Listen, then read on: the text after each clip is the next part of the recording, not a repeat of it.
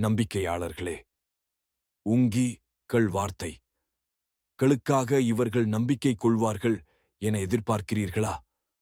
அல்லாஹ்வின் வசனத்தைக் கேட்டு அதை நன்கு புரிந்த பின்னரும் அதன் சரியான பொருளை அறிந்து கொண்டே அதை மாற்றிவிடும் ஒரு பிரிவினரும் அவர்களில் இருந்தனர்.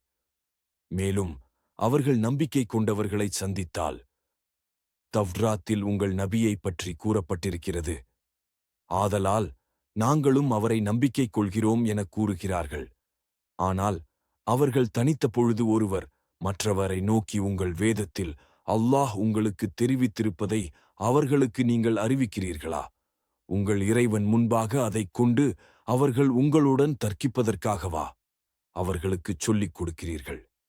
இவ்வளவு கூட நீங்கள் அறிந்து கொள்ள வேண்டாமா என்று கூறுகின்றனர்.